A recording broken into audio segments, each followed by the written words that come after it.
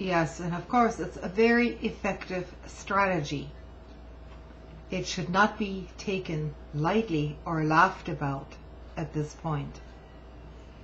Any rational person planning to protest the GOP convention or any other convention, political convention for that matter, would, in light of this government spying and all these police raids, think twice, at least,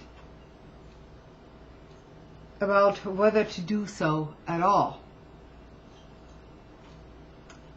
This is the point of those raids.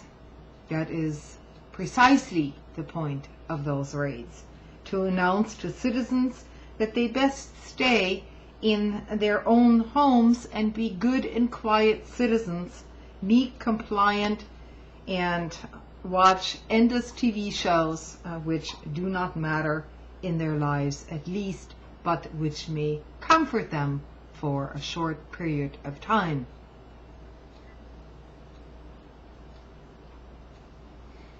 The fact that this behavior is producing so little outcry only ensures, for obvious reasons, that it will continue to be done in the future.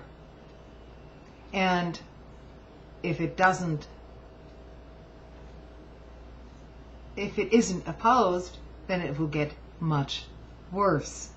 That would be my own assessment, aside from Glenn Greenwald's article here. We love our surveillance state for keeping us safe and maintaining nice and quiet order. There is clearly an intent on the part of law enforcement authorities here to engage in extreme and highly intimidating tactics and raids against those who were planning to protest the convention. The DNC in Denver was the site of several quite ugly incidents where law enforcement acted on behalf of the Democratic Party officials and the corporate elite that funded the convention, or is funding all of conventions, to keep the media and protesters from doing anything remotely off script. But the massive and plainly excessive preemptive police raids in Minnesota are of a different order altogether. Targeting people with automatic weapons and SWAT teams coming into their homes and mass raids into their environments, who are suspected of nothing more than planning dissident political protests at a political convention, no less, and who have engaged in no illegal activity whatsoever, is about as redolent as the worst tactics of a police state as can be imagined. So if people remain silent, and if we do not protest this right now and at every point, things are going to get a hell of a lot worse. Because if you think intimidation of journalists and reporters is where it ends, you're very much mistaken. Those raids will come into your own homes, whether you remain silent or not.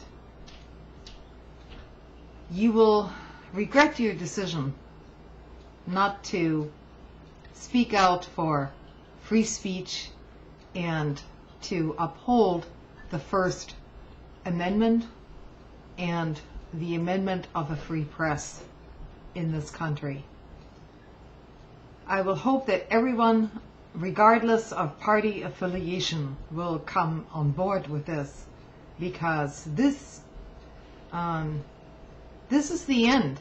This is the end, unless there are people speaking out against this, and unless we mobilize against this in our own communities and try to persuade our neighbors in every which way we can. This is simply wrong. This is not a republic. This is not democracy. This is essentially the emergence of a full-fledged police state. I'm not prone to making statements on here which I'm very careful about not exaggerating things. So, but seeing this, I